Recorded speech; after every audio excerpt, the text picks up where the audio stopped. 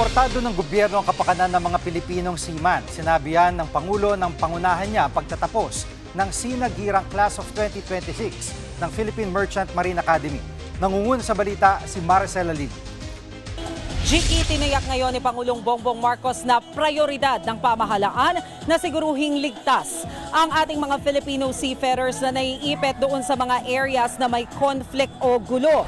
Matatandaan natin na sinabi na ng Department of Migrant Workers na sa ngayon ay nasa higit kumulang 3,000 Filipino seafarers pa ang naroroon sa Strait of Hormuz na alam naman natin na mataas pa rin ang tensyon dahil sa nangyayaring gulo dyan sa Middle East. Sabi ni Pangulong Marcos, nakahanda silang ibigay ang assistance sa mga ito kung kinakailangan. Pakinggan natin ang bahagi ng talumpati ni Pangulong Marcos. Travel through uncertain waters, including the areas affected by conflict, especially now in the Middle East. In this difficult situation, your safety and welfare remains our priority. Your government will always be within reach, ready to help.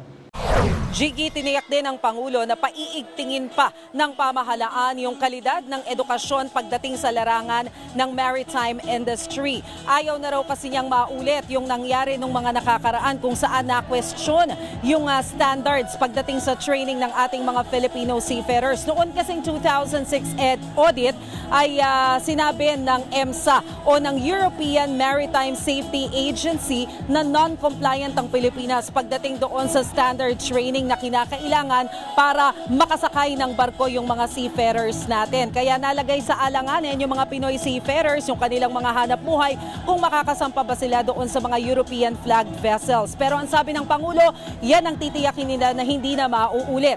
Naritong sinabi ni PBBM.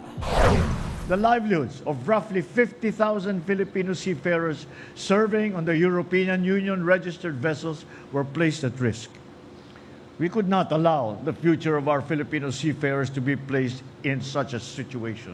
We strengthened maritime education and training, improved certification systems, upgraded facilities and equipment, and worked closely with our international partners to ensure that Philippine standards continue to meet global expectations.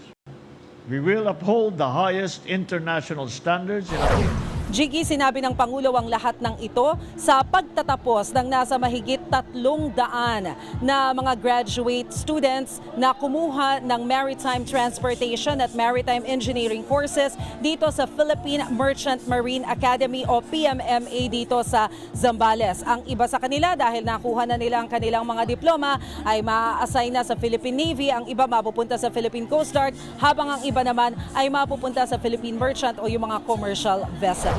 Yan muna ang latest. Balik sa iyo, Jiggy. Yan ang ulat ni Maricela Lili.